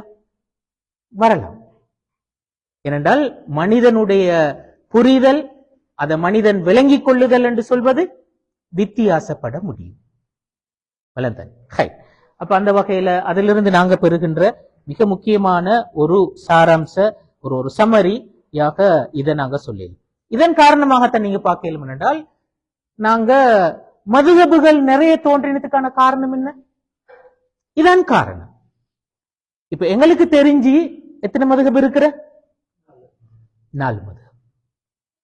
ஆனா ஆரம்ப காலத்துல அந்த அந்த இஸ்லாமிய சட்டத்துறை வரலாற்று எழுதியவர்கள் சொல்கிறார்கள் என்னன்னா, 60க்கும் மேற்பட்ட மதுஹபுகள் இருந்திருக்கின்றன. 60க்கும் மேற்பட்ட மதுஹபுகள் இருந்திருக்கின்றன. இப்ப புழக்கத்தில் இருக்கின்ற மதுஹபுகள் கிட்டத்தட்ட ஒரு 8 மதுஹபுகள் இருக்கின்றன. இப்ப புழக்கத்தில் ஒரு 8 மதுஹபுகள் இருக்கின்றன. எங்களுக்கு தெரிஞ்சது 4. அதாவது அஹ்லு சுன்னா வல் ஜமா அந்த இதுக்குள்ளால எங்களுக்கு தெரிஞ்சது ஹனஃபி மதுஹப் இருக்கிறது. அதான் ஆரம்ப மதுஹபுகள் ஒன்று. அடுத்து மாலிக் மதுஹப் இருக்கிறது, ஷாஃபி மதுஹப் இருக்கிறது, ஹம்பலி மதுஹப் இருக்கிறது. இது எங்களுக்கு தெரியும். ஹனஃபி மதுஹப் அநேகமாக இப்ப இலங்கையிலும் ஹனஃபி மதுஹப் பிராக்டிஸ்ல இருக்கிறது. இந்தியால வட இந்தியா பகுதிகளில் நிறைய இடங்கள்ல ஹனஃபி மதுஹப் பிராக்டிஸ்ல இருக்கிறது. மாலிக் மதுஹப் நீங்க அந்த வட ஆப்பிரிக்க நாடுகளுக்கு போனீங்கன்னா மாலிக் மதுஹப் தான் அங்க பிராக்டிஸ்ல இருக்கிறது. அதே மாதிரி ஷாஃபி மதுஹப் இலங்கை, இந்தியா போன்ற பல நாடுகள் மெஜாரிட்டி இன்றைக்கு உலகத்தை ஷாஃபி மதுஹப் தான் பிராக்டிஸ்ல இருக்கிறது. ஹம்பலி மதுஹப் போட்டா மிடில் ஈஸ்ட் எல்லாம் ஹம்பலி மதுஹப் தான், சவுதி இந்த குவைட் எல்லாம் ஹம்பலி மதுஹப் தான் அநேகமாக. இப்ப இது போக பிராக்டிஸ்ல உள்ள இன்னும் 2 இந்த அஹ்லு சுன்னா வல் ஜமாஅத்துக்குள்ளால இருக்கின்ற இன்னும் 2 மதுஹபுல் இருக்கு. ஒன்று இபாவி என்று சொல்ற ஒரு மதுஹப், இபாவியா என்று சொல்ற ஒரு மதுஹப். இப்ப அது இந்த ஒமான் இந்த நாட்டுல அது பிராக்டிஸ்ல இருக்கிறது இபாவியா மதுஹப். அதே மாதிரி லாஹிரியா என்று சொல்ற ஒரு மதுஹப். அது நிறைய இந்த மிடில் ஈஸ்ட் நாடுகள்ல பலர் இடத்துல அது பிராக்டிஸ்ல இருக்கிற ஒரு மதுஹப், லாஹிரியா என்று சொல்ற மதுஹப். இது போக பிராக்டிஸ்ல இருக்கின்ற ஷியாக்கள் 2 மதுஹப் இருக்கிறது. ஜாஃபரியா என்ற ஒரு மதுஹப் இருக்கிறது. அது மாதிரி ஜெய்தி என்ற ஒரு மதுஹப் இருக்கிறது. இப்ப யமன் பிரதேசத்துல மெஜாரிட்டி ஜெய்திகள் தான். ஜாஃபரியா ஈரான் ஆக்களோட ஃபிக்ஹ் ஜாஃபரியா மதுஹப் அல்லது அதுக்கு இஸ்னாஷரியான்னு சொல்லி இன்னொரு பேரும் சொல்வார். அப்ப பிராக்டிஸ்ல மதுஹபுகள் இதெல்லாம் அக்கீதா சம்பந்தப்பட்டதல்ல, சட்டம் சம்பந்தப்பட்டது. சட்டம் சம்பந்தப்பட்ட பிராக்டிஸ்ல இப்படி இன்றைக்கு 8 மதுஹபுகள் இருக்கின்றன, இன்றைக்கு அமுல்ல இருக்கின்றன. அது போல ஆரம்ப கால இமாம்கள்ல உண்மையிலே அந்த இப்ப உதாரணமாக இமாம் சுஃபியானு சௌரி, அதே போல இமாம் லைஸ் இப்னு சஅத், அது போல இமாம் தபரி, அது போல இமாம் அவுசாஇ, அது போல இன்னும் நிறைய இமாம்கள் அவங்களுக்கு இமாம் ஷாஃபி அவருக்கு மாணவர்கள் இருந்து அவருக்கு ஒரு மதுஹப் இருந்தது போல இமாம் தபரிக்கு ஒரு மதுஹப் இருந்திருக்கிறது. அது போல இமாம் சுஃபியானு சௌரிக்கு இமாம் லைஸ் இப்னு சஅதுக்கு ஒரு மதுஹப் இருந்திருக்கிறது. ஆனால் அது கால ஓட்டத்தில் அவருடைய மாணவர்கள் அவற்றை தொகுத்து அது அடுத்த பரம்பரைக்கு நகர்த்தல், அவர்களோடு அது முடிஞ்சு போனது. ஆனா இமாம் ஷாஃபியோட மாணவர்கள் அப்படி செய்யல, அல்லது இமாம் அபு ஹனீஃபாவினுடைய, இமாம் அஹ்மது இப்னு ஹம்பலுடைய, இமாம் மாலிக்குடைய மாணவர்கள் அப்படி செய்யல. அவருடைய அந்த ஃபத்வாக்களை அவரு எப்படி இஜ்திஹாத் செஞ்சாரு, எப்படி முடிவுகளுக்கு வந்தாரு என்று சொல்ற அந்த நுட்பங்களை எல்லாம் தொகுத்து அதை அடுத்தடுத்த பரம்பரைக்கு அவங்க படிப்பிச்சு நகர்த்தினார்கள். அது அப்படியே ஒரு மதுஹபாக வளர்ச்சி அடைஞ்சு போனது. ஆனால் நாங்க சொல்ற இந்த இப்ப சுஃபியானு சௌரி, தபரி போன்ற ஆக்களோட அந்த அவங்களோட சிந்தனைக்கு அப்படி ஒரு மாணவர் பரம்பரை ஒன்று அமையல. அதனால அது தொகுக்கப்படாத மதுஹபுகளாக மாறின. அப்ப நான் சொல்ல வந்தேன் என்றால், இந்த சட்ட பாரம்பரியம் என்று சொல்றது மிகவும் விரிந்த ஒரு பாரம்பரியம். அது ஏன் இப்படி பல மதுஹபுகள் எல்லாம் தோற்றம் பெற்றன என்று சொன்னா, நாங்க சொல்ற அந்த ஃபிக்ஹ் என்று சொல்ற அந்த கான்செப்ட்ல இருக்கிற அந்த விசாலமான தன்மை தான் எனக்கு காரணம்.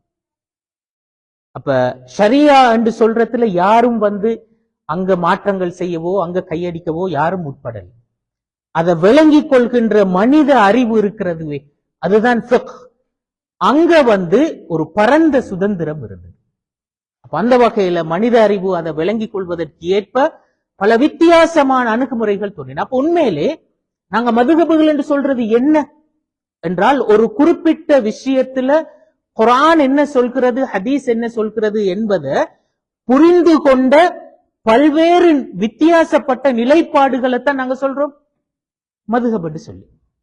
அதுல இமாம் மாலிக் ஒரு விஷயத்தை ஒரு மாதிரி விளங்கி கொண்டார், இமாம் அபு ஹனீஃபா இன்னொரு மாதிரி விளங்கி கொண்டார், இமாம் ஷாஃபி வேறொரு மாதிரி விலை கொண்டார், இமாம் அஹ்மது இப்னு ஹம்பல் இன்னொரு மாதிரி விலை கொண்டார், இமாம் தாவூத் லாஹிரி வேறொரு மாதிரி விலை கொண்டார், அதே மாதிரி அந்த இபாலியா மதுஹபை சேர்ந்த இன்னொரு மாதிரி விளங்கி கொண்டு, இப்படி ஒவ்வொருத்தரும் வித்தியாசமாக விளங்கி கொண்டிருக்கிறார்கள்.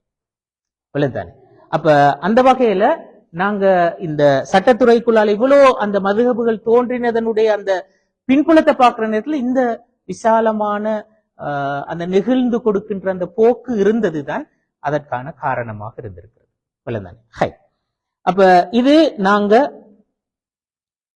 அந்த இந்த ரெண்டு சொற்களையும் வேறுபடுத்துதல் என்று சொல்றதுல, ஷரியான்னு சொன்னால் என்ன, ஃபுக்ஹ் என்று சொன்னால் என்ன, அதை வேறுபடுத்துகின்ற நேரத்துல நாங்க புரிஞ்சு கொள்ளக்கூடிய ஒரு அடிப்படையான உண்மை என்று சொல்றதை தான் இதனூடாக நான் உங்களுக்கு விளங்கப்படுத்தி இருக்கிறேன். இப்ப நாங்க வருவோம் இரண்டாவது பகுதிக்கு. சட்ட கருத்து வேறுபாடு என்று சொன்னா என்ன? அப்ப நாங்க இப்ப சொன்ன விஷயத்திலிருந்து உங்களுக்கு ஒரு விஷயத்த கிளியராக விளங்கிலும், இந்த சட்ட கருத்து வேறுபாடு என்று சொல்றது எங்க வருகிறது, இந்த கருத்து வேறுபாடு என்று சொல்ற விஷயம் எங்க வருகிறது, இது ஷரியாவுல வரமாட்டாது, அங்க நடக்கிற விஷயம் அல்ல, ஃபிக்ஹ்ல தான் இது வரப்போகிறது.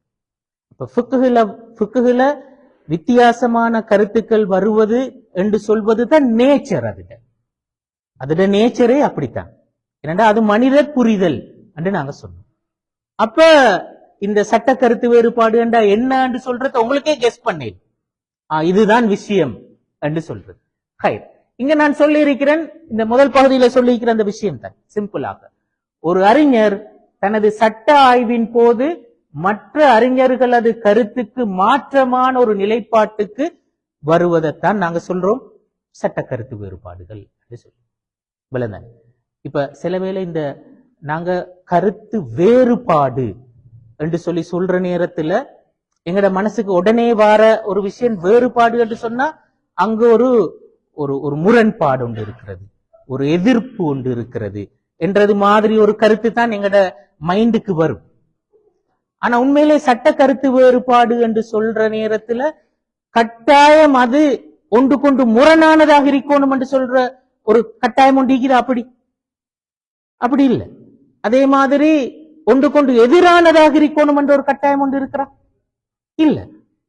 அதாவது இருவேறு நிலைப்பாடு இருக்கலாம். விளங்குதான்? இப்ப நாங்க உட்கார்ற சேர் மாதிரி, இதுவும் சேர் தான், இங்க எல்லாம் ஒரே மாதிரி தான் நிக்கிறேன் சேர், அங்க பின்னால் இருக்கிறதும் சேர் தான். அப்ப ஒவ்வொருத்தரும் அவங்களுக்கு கம்ஃபர்டபுளான சேர்ல உட்காரு. விளங்குதான்? இப்ப இது முரண்பாடா, எதிரானதா? இல்ல.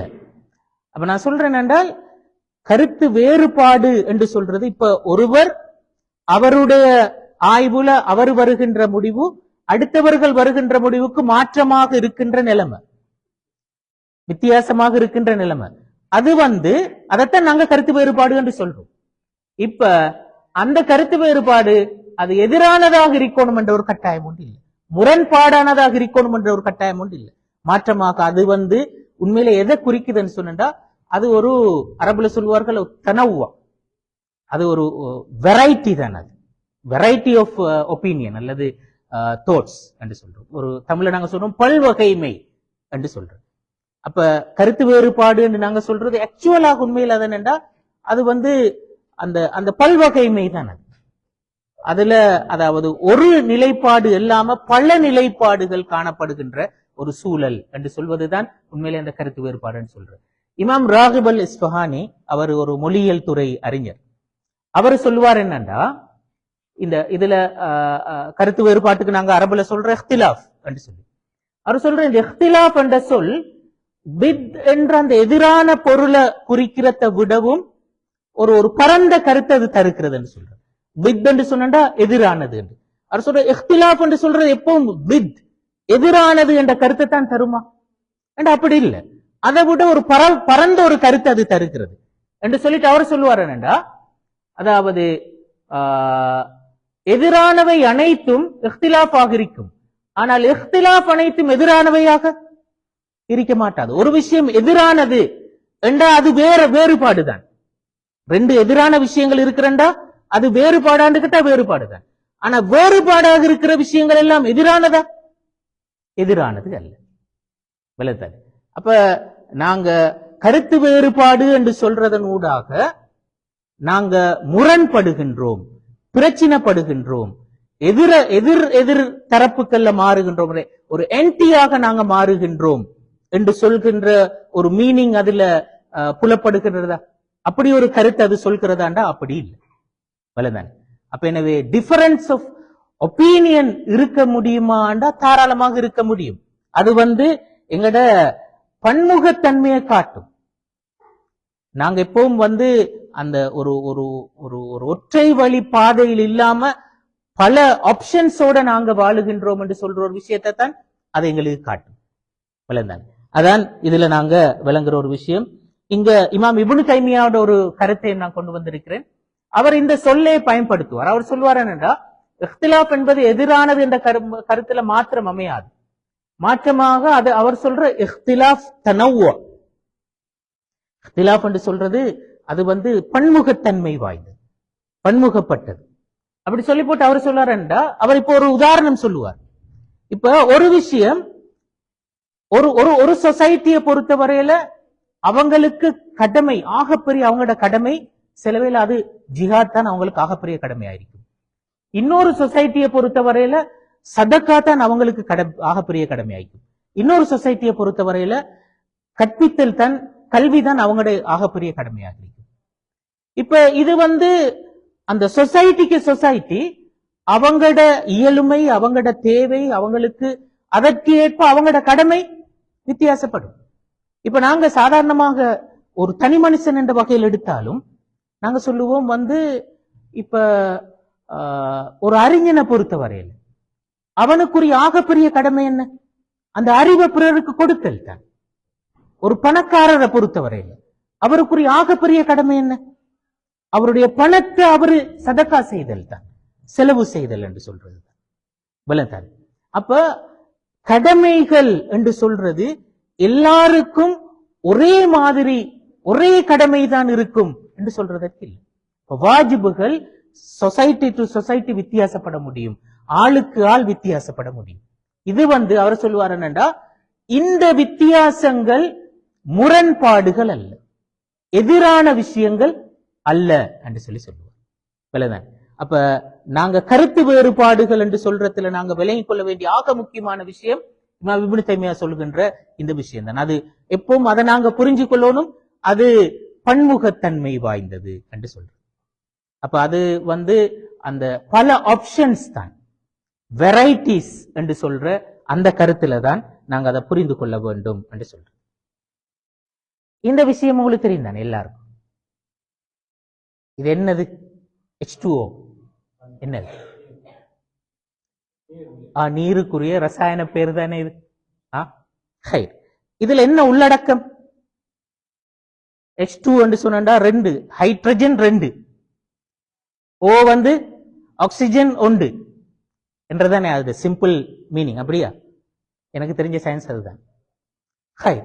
இதுல ஒரு விஷயத்தை பாருங்க என்னண்டா, இந்த ஒவ்வொன்றும் தனித்தனியாக இருந்தது வைங்களே, ஹைட்ரஜன் தனியாக இருக்கிறது, ஆக்சிஜன் தனியாக இருக்கிறது. தனியாக இருந்தா ஒவ்வொன்றும் எரியும் தன்மை வாய்ந்தது. தனியாக இருந்தா எரியும், அதற்குரிய பாதுகாப்புல வைக்கலாட்டி அது எரியும். ஆனால் அதெல்லாம் ஒன்று சேர்ந்தா எப்படி மாறுகிறது? அந்த நெருப்பு அணைக்கிறதுக்குரிய நீராக மாறுகிறதே அது. விளந்தானே? அப்ப தனித்தனியாக ஒவ்வொன்றும் வேறதானே, அது வித்தியாசம். சேர்ந்தா என்ன நடக்குது? ஒரு பாசிட்டிவான ரிசல்ட் வருதா இல்லையா? வருது. இதான் உலகத்துல நியதி, அதுதான் அல்லாஹ் உலகத்துல வச்சிருக்கிற பௌதீக விதி, அதுதான். நாங்க தான் நினைக்கிறோம் அது முரண்பாடு என்று, அது எதிரானது என்று. ஹைட்ரஜனும் ஆக்சிஜனும் எதிரான 2 விஷயங்கள் என்று நாங்க நினைக்கிறோம் தனியே இருக்கிற நேரத்தில். ஆனா ரெண்டையும் ஒன்று சேர்க்கிற நேரத்தில் எவ்வளவு பெரிய ஒரு டிஃபரண்டான ஒரு ரிசல்ட் ஒன்று வருகிறது என்று பாரு. அப்ப டிஃபரன்ஸ் ஆஃப் ஒப்பீனியன் என்று சொல்றது அது எப்பவும் அபாயம் என்று சொல்றது இல்லை, அது ஆபத்தான ஒரு விஷயம் ஒன்று இல்லை. அது எப்பவுமே எங்களோட பிரச்சனைகளை இல்லாம செஞ்சு ஒரு ஒரு ஒரு ஒரு ஒரு ஒரு நல்ல சொல்யூஷனை நோக்கி போற, ஒரு நல்ல ஒப்புவமையை நோக்கி போற ஒரு இடத்துக்கு அது கொண்டு வந்து சேர்க்கும். தானே? அப்ப பல வித்தியாசமான கருத்துக்கள் இருத்தல், ஒப்பீனியன் இருத்தல் சொல்றது என்றைக்குமே அது நாங்க அதை நெகட்டிவா பார்க்கிறதுக்கோ அல்லது அதை ஒரு அபாயமாக கருதுவதற்கோ எந்த அவசியமும் இல்லை. என்னடா பௌதீக நியதியே அல்லாஹ் அப்படித்தான் வைத்திருக்கிறார். வித்தியாசங்கள்ல எப்பவும் ஒரு ஒரு ஒரு சிறப்பு ஒன்று இருக்கிறது என்று சொல்றது. அதை நாங்க சரியாக புரிந்து கொண்டால் ஹை. இங்க இன்னொரு விஷயத்தை நாங்க கட்டாயம் விளங்கிக் கொள்ளணும். அப்பதான் இந்த கருத்து கம்ப்ளீட் ஆகும். அதாவது இந்த இஹ்திலாஃப் என்ற சொல் அல்லது நாங்க சொன்ன கருத்து வேறுபாடு என்ற சொல். நான் ஆரம்பத்துல இமாம் ராகிப் அல் இஸ்பஹானியோட கருத்தை சொல்ற நேரத்திலும் இமாம் இப்னு தைமியோட கருத்தை சொல்ற நேரத்திலும் அவங்க ரெண்டு பேரும் மறுக்கல்ல. குர்ஆன்ல இஹ்திலாஃப் என்ற சொல் எதிரானது என்ற கருத்துல பயன்படுத்தப்பட்டு இருக்கிறதா இல்லையா? பயன்படுத்தப்பட்டு இருக்கிறது. இஹ்திலாஃப் என்ற சொல் எதிரானது என்ற கருத்து மொழியில் அதுக்கு இருக்கிறதாண்டா இருக்கிறது. அப்ப கருத்து வேறுபாடு என்று சொல்றது எதிரானதாக அமைவதற்கு வாய்ப்பு இருக்கிறா இல்லையா? வாய்ப்பு இருக்கிறது. கருத்து வேறுபாட்டினுடைய நேச்சர் நாங்க சொன்னோம் அது எதிரானது அல்ல. ஆனால் எதிரானதாக அமைவதற்கு வாய்ப்பு இருக்கிறதா? ரெண்டு ஒப்பீனியன் எதிரான ஒப்பீனியன்களாக அல்லது மறுக்கப்படுறதுக்குரிய ஒப்பீனியன் உண்டாக வர வாய்ப்பு இருக்கிறதா இல்லையா? இருக்கிறது. அப்ப நாங்க சொல்றோம் இங்க இன்னொரு முக்கியமான ஒரு அடிப்படையை நாங்க விளங்கிக்கொள்ளணும் என்றால், எதிரானதாக அமையாத கருத்து வேறுபாடு எது? எந்த விஷயத்துல கருத்து வேறுபாடு வந்தால் அது எதிரானதாக அமையாது. அந்த வகையில் இமாம்கள் இந்த ரெண்டு கலை சொற்களை பயன்படுத்தி இருக்கிறார்கள். அது அரபுல நான் போட்டிக்கிற பாருங்க. முதலாவது அல் கத்இ, இரண்டாவது அத்வன்னி என்று சொல்ற விஷயம். கத்இ என்றா திட்டவட்டமானது, வன்னி என்று சொன்னா திட்டவட்டமற்றது. அப்படின்னா என்ன விளங்கப்படுத்துறேன்? இப்ப குர்ஆனும் ஹதீஸும் தானே ஷரியா, அதான் எங்கள்கிட்ட இருக்கிறது.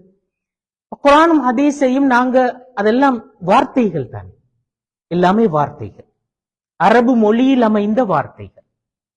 இந்த வார்த்தைகளை நாங்க விளங்க முற்படுகின்ற நேரத்தில் அதுல ரெண்டு விஷயம் இருக்கு. கத்இ என்று சொல்றதுல வன்னி என்று சொல்றதுல ரெண்டு விஷயம் இருக்கிற. முதலாவது அது திட்டவட்டமானதுன்னு நாங்க சொல்ற நேரத்தில் அதுல ரெண்டு கருத்து இருக்கு. ஒன்று, அந்த குறிப்பிட்ட குர்ஆனும் ஹதீஸும் எங்களுக்கு வந்து சேர்ந்த வழி. இப்ப ரசூலுல்லாஹ்விடத்திலிருந்து தானே குர்ஆனும் வந்தது. ரசூலுல்லாஹ்வுக்கு ஜிப்ரீல் அலைஹிஸ்ஸலாம் வஹியாக சொல்லி ரசூலுல்லாஹ் சொன்னதைத்தான் எல்லாருக்கும் குர்ஆனா தெரியும். ஹதீஸும் ரசூலுல்லாஹ் சொன்னதே தான். அப்படித்தானே? அது குர்ஆன் வந்து அல்லாஹ் இறக்கின வஹியாக ரசூலுல்லாஹ் சொன்னார். ஹதீஸ் வந்து ரசூலுல்லாஹ் அவராகவே சொன்னது. இப்ப இந்த ரசூலுல்லாஹ் சொன்ன விஷயங்களை சஹாபாக்கள் காதால கேட்டு வாய்மொழி மூலம் நகர்த்தினார்கள். திரும்ப அடுத்த பரம்பரைக்கு வாய்மொழி மூலம் நகர்த்தப்பட்டது. அதுக்கடுத்த பரம்பரைக்கு வாய்மொழி மூலம் நகர்த்தப்பட்டது. அது பதிவு செய்யப்பட்டது பிற்பட்ட காலத்துல தானே. இமாம் புகாரியோட காலத்துல இமாம் திர்மிதி, இமாம் அபூ தாவூத், இமாம் முஸ்லிம் இவங்களுக்கு அதை பதிவு செஞ்சார்கள், புத்தகமாக தொகுத்தார்கள். அதுவரையில வாய்மொழி மூலம் தானே நகர்ந்து வந்தது. இப்ப இந்த வாய்மொழி மூலம் அது நகர்ந்து வந்த நேரத்துல தவறு நடக்க வாய்ப்பு இருக்கிறதா இல்லையா? தவறு நடக்க வாய்ப்பு இருக்கு. அப்படித்தானே? இப்ப நீங்க சில வேளை இந்த ட்ரைனிங் ப்ரோக்ராம்கள்ல சில சமயங்கள்ல பார்ட்டிசிபேட் பண்ணி இருப்பீங்க. அதுகள்ல வந்து இந்த நிறைய வீடியோஸ் எல்லாம் நீங்க பார்த்திருப்பீங்க. ஒரு 10 பேரை ஒரு 20 பேரை லைன்ல வச்சு முதலாவது ஒருத்தர்கிட்ட ஒரு விஷயத்த சொல்லி அடுத்த ஆளுக்கு ரகசியமா சொல்லி அப்படியே ஷேர் பண்ணுங்க விட்டா கடைசியா வந்து சேர்ற இங்க சொன்னதுக்கு தலைகீழான ஒன்று வந்து சேரும். சரியாக அதே விஷயத்தை தவறாம கடத்தி இருப்பார்கள் என்று சொல்றது அப்படி எங்கேயுமே கண்டதில்லை. இதான் யதார்த்தம். வாய்மொழி மூலம் நகர நேரத்துல கை வச்சு கால் வச்சு அப்படி வந்து சேரும். அது அப்ப ஹதீஸுகள் அப்படி நகர்த்தப்பட்ட நேரத்தில் தவறு நடந்திருக்கிறதுக்கு வாய்ப்பு இருக்கிறதா இல்லையாண்டா வாய்ப்பு இருக்கிறது. அதனாலதான் நிறைய இட்டுக்கட்டப்பட்ட ஹதீஸுகள் வந்தன. பலவீனமான ஹதீஸ்ல நாங்க சொல்றோம் இப்படி தவறுகள் நிகழ்ந்தவை நிறைய நடந்திருக்கிறது. அப்ப இமாம்கள் என்ன செய்தார்கள் என்றா அதை உறுதிப்படுத்துறதற்கு, அதை தவறுகள் எல்லாத்தையும் இல்லாமலாக்கி மிக ஆதாரபூர்வமா நிரூபிக்கப்பட்டது என்று சொல்ற, அப்படி அதை நிரூபிக்கிறதற்கு என்று சொல்லி ஒரு வழிமுறையை கடைபிடித்தார். அதுக்கு நாங்க சொல்லுவோம் ஹதீஸ் திறனாய்வு கலை என்று சொல்லி. அப்படி ஒரு கலையை உருவாக்கி அந்த கலைக்கு உட்பட்டவைகளை ஏற்றுக்கொண்டார்கள், இல்லாதவற்றை மறுத்தார். அப்ப அவங்க செஞ்ச விஷயம் என்னன்னா, அப்ப அங்க அந்த ஹதீஸ நாங்க ஏற்றுக்கொள்ளணும்டா அதுக்கு ஒரு அறிவிப்பாளர் வரிசை ஒன்று கட்டாயம் இருக்கும். உங்களுக்கு யாரு சொன்ன, அவருக்கு யாரு சொன்ன, அவருக்கு யாரு சொன்ன, அவர் ரசூலுல்லாஹ்விடமிருந்து பெற்ற. அதே மாதிரி இந்த ஒவ்வொரு ஆளும் எவ்வளவு நம்பிக்கையான ஆக்கள், பொய் சொல்றாக்களா, தவறு விடுறாக்களா, அவங்களோட மனன சக்தி எப்படி, இதெல்லாத்தையும் டெஸ்ட் பண்ணி பார்த்து தான் அதை அங்கீகரிப்பார்கள். அப்ப இதுல நாங்க அந்த திட்டவட்டமானது என்று சொல்றதுல முதலாவது கருத்து, ஒரு ஹதீஸ் ரசூலுல்லாஹ் சொன்னதிலிருந்து எங்களை சேருகின்ற வரையில் அந்த வந்த வழியில எந்த சந்தேகமும் இல்லாமல் இருக்கும்.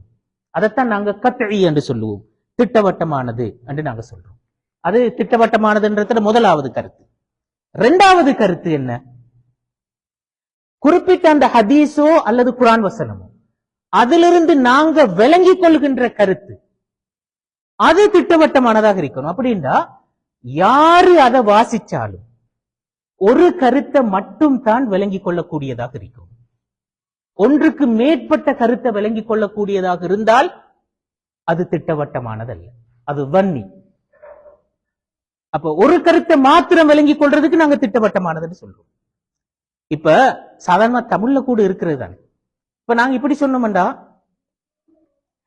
இதுபுறம் எங்க வீட்டுக்கு வரவானு கிளியர் தானே, அந்த ஸ்டேட்மெண்ட் கிளியர் தானே. எங்க வீட்டுக்கு வரவானம் சொன்னா அது வெரி கிளியராக இதுபுறம் எங்க வீட்டுக்கு வரக்கூடாது என்று சொல்றது. எப்படி சொன்னா, இதுபுறம் எங்க வீட்டுக்கு தலையே காட்டப்படாது என்று சொன்னா, இப்ப காலை காட்டையிலும் ஒரு கருத்து எடுக்கலுமா இயலவா, அந்த மொழிப்படிக்கு அப்படி ஒரு கருத்து எடுக்கலுமா இயலவா, ஏலும். அப்ப இந்த வசனம் நாங்க சொல்றோம், அதுல அதை யாரு கேட்டாலும் ஒரு மீனிங் தான் எடுப்பாங்க. ஆனா இந்த வசனத்துல கொஞ்சம் அந்த கிரிட்டிக்கலா யோசிக்கிறோரால் வேற கருத்து அவர் அதுல எடுக்கிறதுக்கு வாய்ப்பு. அதனாலதான் நீங்க பாருங்கடா, இந்த சட்டங்கள் எழுதுற நேரத்துல, சட்ட புத்தகங்கள சட்டங்கள் எழுதுற நேரத்துல எல்லா விஷயத்தையும் மென்ஷன் பண்ணிதான் எழுதுவாங்க. ஏன், யாரோ ஒருத்தர் இதை சொல்லி இல்ல, எனவே எனக்கு தண்டனை தரையலாம் என்று விவாதிக்கலுமா இல்லாதா, ஏழு. அப்ப நாங்க சொல்றேன் என்றால் அந்த வகையில இப்ப திட்டவட்டமானது என்று சொல்றது ஒரு குறிப்பிட்ட வசனத்திலிருந்து எல்லாருமே ஒரே மீனிங்கை மட்டும் புரிந்து கொள்கிறார்கள் என்று சொல்லியிருந்தா அதை நாங்க திட்டவட்டமானது சொல்லுவோம். ஒன்றுக்கு மேற்பட்ட பல கருத்துக்கள் ஒருத்தர் விளங்கிக் கொள்கிறார் என்று சொன்னா அதை நாங்க வன்னி, திட்டவட்டமற்றது என்று சொல்றோம். அப்ப சேர்ந்த வழி சந்தேகம் இல்லாம உறுதிப்படுத்தப்பட்டா அது திட்டவட்டமானது. அதே மாதிரி சேர்ந்த வழி திட்டவட்டமா சந்தேகம் இல்லாம உறுதிப்படுத்தப்படலண்டா அது திட்டவட்டம் இல்ல, அது வன்னி. அதே மாதிரி அதுல ஒரு வசனத்திலிருந்து ஒரு சொல்லிலிருந்து விளங்கிக் கொள்கின்ற கருத்து எல்லாரும் ஒரு கருத்தை மாத்திரம் விளங்கிக் கொள்கிறார்கள் என்று இருந்தா அது கத்இ. அப்படி ஒன்றுக்கு மேற்பட்ட கருத்தை விளங்கிக் கொள்கிறார்கள் இருந்தா அது வன்னின்னு சொல்லுவோம். உதாரணம் ஒன்று சொன்னா உங்களுக்கு இன்னும் விளங்கும். இப்ப இப்படி ஒரு ஹதீஸ் இருக்கிறது, லா ஸலாத்த லிமன் லம் யக்ரா பிஃபாத்திஹத்தில் கிதாப், அதாவது சூரா ஃபாத்திஹா அத ஓதாதவருக்கு தொழுகை இல்லை. லா ஸலாத்த இந்த ஹதீஸில் இருந்து தான் இமாம்கள், இப்ப இமாம் ஷாஃபி முடிவெடுத்தார், தொழுகையில சூரத்துல் ஃபாத்திஹா ஓதுவது வாஜிப். சூரத்துல் ஃபாத்திஹா ஓதலாட்டி தொழுகை ஏற்றுக்கொள்ளப்பட மாட்டாது. இது இமாம் ஷாஃபி வந்த முடிவு. அவர் அந்த முடிவுக்கு வாரத்துக்கு அந்த ஹதீஸ்ல எதை வச்சு அந்த முடிவுக்கு வந்தார், லா ஸலாத்த என்று இருக்கு. அரபு படிச்சாக்களுக்கு தெரியும் இந்த லா ஸலாத்த என்று சொல்றதுல இலக்கணம் என்னன்னு. அதில் உள்ள அந்த கிராமர்ல வருது என்னன்னா, லா ஸலாத்த என்று சொன்னால் அந்த குறிப்பிட்ட அந்த இனமே இல்ல, தொழுகை என்பதே இல்ல, அதாவது அப்படி ஒரு விஷயமே இல்லைன்னு தான் கருத்து. எது இல்லாட்டி சூரா ஃபாத்திஹா ஓதலாட்டி தொழுகையே இல்லை என்றது மீனிங். அப்படியாக அவர் பார்த்தார், சூரா ஃபாத்திஹா ஓதலாட்டி தொழுகையே இல்ல என்று இருந்தா அப்ப என்ன சூரா ஃபாத்திஹாவோட முக்கியத்துவம் என்னப்ப? அது வாஜிப். அதை கட்டாயம் ஓதியே ஆகணும். ஓதல்லாட்டி தொழுகை பாத்தில் ஆகிரும். இது இமாம் ஷாஃபி வந்த முடிவு. இமாம் அபூ ஹனீஃபா எப்படி யோசிச்சாருன்னு பாருங்க. அவரு சொல்றாருண்டா தொழுகையில சூரா ஃபாத்திஹா ஓதுறது வாஜிப் அல்ல, ஓதலாம், ஓதாம விட்டாலும் தொழுகை ஏற்றுக்கொள்ளப்படும். அவரு சொல்றாரு என்னண்டா இங்க லா சலாத் என்று சொல்றது தொழுகையே இல்ல என்று சொல்ற கருத்து இல்ல, தொழுகை சம்பூர்ணம் இல்லை என்று சொல்றதுதான் அட கருத்து, முழுமை அடையல்ல என்றுதான் கருத்தை ஒழிய தொழுகை முழுக்க மறுக்கப்படும் என்ற கருத்தா? அந்த கருத்து இல்ல. அவர் அதுக்கு வேற ஹதீஸ்ல இருந்து அதை அவர் நிறுவினார். எப்படி அவர் நிறுவினார்? அவர் சொல்றாரு என்னண்டா சில ஹதீஸ்கள் வருகிறது, அதாவது இப்ப லா யுமினு அஹதுக்கும், உங்கள யாருக்கும் ஈமான் இல்ல, எப்படி, அதாவது ஹத்தா யுஹிப்பலி அஹீஹி மா யுஹிப்பலி நஃப்ஸி, அந்த மாதிரி. அல்லது ஒருத்தர் பக்கத்து வீட்டுக்காரர் பசியோடு இருக்கின்ற நேரத்தில் வல்லாஹி லா யுமின், வல்லாஹி லா யுமின் ரசூலுல்லாஹ் 3 தடவை சொன்னார், அல்லாஹ் மீது சத்தியமாக ஒருத்தர் ஈமான் கொள்ளவே மாட்டார்.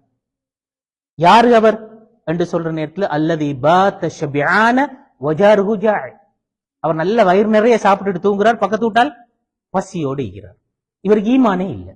அப்படின்னா ஈமான் இல்லைன்னா அப்போ யார் அவர்? காஃபிரா? நாங்க அப்படி சொல்லுவோமா? நாங்க அப்படி அதை அப்படி புரிஞ்சோம். இமாம் அபூ ஹனீஃபாவோட ஆர்கியூமெண்ட் அதுதான்.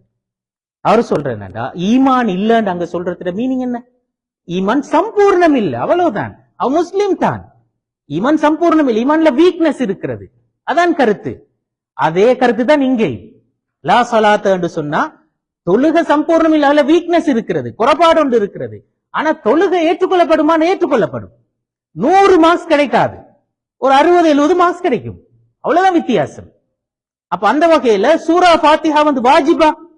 வாஜிப் இல்ல என்று சொன்னார். இப்ப இந்த ஹதீஸிலிருந்து ஒன்றுக்கு மேற்பட்ட கருத்தை விளங்கிக் கொள்ள இயலுமாக இருந்தா இல்லையா? அப்ப அதை நாங்க சொல்லுவோம் என்னது? வன்னி. விளந்தானே? அதை நாங்க சொல்லுவோம் வன்னி. இப்ப சில ஹதீஸில் இருக்கிறது, அதுல இருந்து ஒரு கருத்து மட்டும்தான் விளங்கி. இப்ப ஹதீஸோ குர்ஆன் வசனமோ, இப்ப அந்த கணவன் மௌத்தா போன ஒரு பெண் இதா இருக்க வேண்டிய காலம் சம்பந்தமாக சொல்ற அர்பஅத் அஷ்ஹுரின் வ அஷ்ரா, 4 மாசம் 10 நாட்கள். இப்ப 4 மாசம் 10 நாள் என்று சொல்றதுல செகண்டா இன்னொரு கருத்து விளங்கியலுமா? 4 மாசம் 10 நாள்ன்றதை தவிர வேற ஏதாவது ஒரு கருத்து அதுல விளங்கியலுமா? அப்படி விளங்கல. 4 மாசம் 4 மாசம் 10 நாள் தான், அதுல வேற ஒரு கருத்து விளங்குற இடம் இல்லை. அதை நாங்க சொல்றோம் தெளிவாது கத்தழி விளந்தானே. அப்ப நாங்க இங்க கருத்து வேறுபாடு எதுல வந்தால் அது எதிரானதாக இல்லாம பன்முகப்பட்டது என்று சொல்ற அந்த வரையறைக்குள்ளால வரும். இந்த வன்னி பரப்பு இருக்கிறது, இதுல வந்தா மட்டும்தான். இதுல வரையலுமா? இதுல மாற்று கருத்து வந்தா அது சிலவில குஃப்ருக்கும் கொண்டு போய் சேர்க்கலாம். விளந்தான். இப்ப தொழுகை 5 நேர தொழுகை வாஜிபானது என்று சொல்லி எப்படி நிரூபிக்கப்பட்ட? இந்த வடிவத்திலேயா? இல்ல இந்த வடிவத்தில் நிரூபிக்கப்பட்டது. அது திட்டவட்டமாக நிரூபிக்கப்பட்ட ஒரு விஷயம். அதுல யாராவது இல்ல தொழுகை 4 தான் 3 தான் என்று சொன்னா அது குஃப்ருக்கு கொண்டு போய் சேர்க்கும். விளந்தான். அப்ப கருத்து வேறுபாடு நாங்க சொன்னோம் ஷரியால வராது, ஃபுக்ஹ்ல தான் வரும். ஃபுக்ஹ்ல எங்க வரும்? இந்த வன்னி என்ற பரப்புல தான் வரும், கத்இ என்ற பரப்புல வராது. விளந்தான். கருத்து விளங்க தான். அப்ப அதைத்தான் நான் இங்க சொல்லி இருக்கிறேன். எனவே இங்க சமரியாக என்ன நாங்க சொல்லலும், சட்ட கருத்து வேறுபாடாண்டா என்ன? குறித்தது ஒரு சட்ட விவகாரத்தில் தோன்றுகின்ற ஒன்றுக்கு மேற்பட்ட பல்வேறு நிலைப்பாடுகள், அவை ஒன்றையொன்று எதிரானவை அல்ல. இதான் கருத்து வேறுபாடு என்று சொல்றது. சட்ட கருத்து வேறுபாடு எங்கு நிகழும்? அவை ஷரியாவில் நிகழ மாட்டாது, மாற்றமாக ஃபுக்ஹ்ல தான் நிகழும். அடுத்து ஃபுக்ஹிலும் கத்இயான விவகாரங்களில் நிகழ மாட்டாது, வன்னியான விவகாரங்கள்ல தான் நிகழும். விளங்கினா அப்ப அது எங்க டச் ஆகுதுன்னு சொல்லி உங்களுக்கு ஷரியாவை நாங்க விளங்கினோம், ஃபுக்ஹ விளங்கினோம், கருத்து வேறுபாடு என்ன விளங்கினோம். கருத்து வேறுபாடு என்ற பேசிக்கான ஐடியா என்ன? அது எதிரானது அல்ல, முரணானது அல்ல. அது பன்முகத்தன்மை என்று சொல்றது. அந்த பன்முகத்தன்மை எந்த ஏரியாவுல நடந்தா அதை நாங்க பன்முகத்தன்மை என்று சொல்றோம்? இந்த வன்னி என்ற பரப்புல நடந்தா தான் அது பன்முகத்தன்மை வாய்ந்தது. கத்திரி என்ற பரப்புல நடந்தா அது பன்முகத்தன்மையாக நாங்க சொல்றது. விளங்கினா கருத்து? அப்ப இதுதான் நாங்க கருத்து வேறுபாடு என்றால் என்ன என்று சொல்றதுனூடாக விளங்குற விஷயம். அப்ப கிட்டத்தட்ட எங்க டைமும் சரியாயிட்டு. அப்ப நாங்க அடுத்து பார்க்க வேண்டியது இந்த சட்ட கருத்து வேறுபாட்டுக்கான காரணங்கள் என்ன. நான் இங்க ஒரு 6 வகையான காரணங்களை சொல்லிக்கிறேன். இன்ஷா அல்லாஹ் விரிவா நாங்க அதை அடுத்த அமர்வில் பார்ப்போம். முதலாவது சட்ட வசனங்களின் பல்பொருள் அமைப்பு. சட்ட வசனங்கள் நாங்க ஏற்கனவே சொன்ன மாதிரி பல கருத்துக்களை கொடுக்கிற மீனிங்க கொடுப்பற்றினாலும் சட்ட கருத்து வேறுபாடுகள் தோற்றம் பெறுகின்றன. இன்ஷா அல்லாஹ் இது ஒவ்வொன்று சம்பந்தமாகவும் நாங்க அடுத்த அமர்வுகள்ல விரிவாக பார்க்கலாம். அப்ப இன்றைக்கு இன்ஷா அல்லாஹ் இதனோட நாங்க பொதுமாய் கொள்வோம். உங்களுக்கு எதுவும் இது சம்பந்தமாக கேள்விகள் இருந்தா கேட்கலாம். இது கொஞ்சம் சப்ஜெக்ட் கொஞ்சம் ட்ரையான ஒரு சப்ஜெக்ட் தான். ட்ரையான ஒரு சப்ஜெக்ட் தான். கொஞ்சம் இப்ப அடுத்த கட்டங்களுக்கு போற நேரத்தில் இன்னும் கொஞ்சம் அது கொஞ்சம் லூஸ் ஆகும் இதை விட. ஏன்னா இப்போ இவருடைய நாங்க பேசினது கொஞ்சம் மோ கன்செப்டான விஷயங்கள். அதை எப்படி இலகுபடுத்தி பேசுறேன்னு சொல்றதுக்கு நான் அதை யோசிக்கிறதுக்கு நிறைய கஷ்டப்பட்டேன். அதை யோசிச்சு என்ன மைண்ட் கொஞ்சம் டயர்ட் ஆயிட்டு. அப்ப நீங்களும் நிறைய டயர்ட் ஆயிட்டு உட்கார்ந்து மிக்கிறீங்க. டயர்டும் சேர்ந்து அது எவ்வளவு தூரம் சரியாக ரீச் ஆகுது என்று சொல்றதுல, கன்வே ஆகுது என்று சொல்றதுல கொஸ்டின் இருக்கும். நீங்க மேக்சிமம் விலையும் கொண்டு இருப்பீங்கன்னு சொல்லி நான் நினைக்கிறேன்.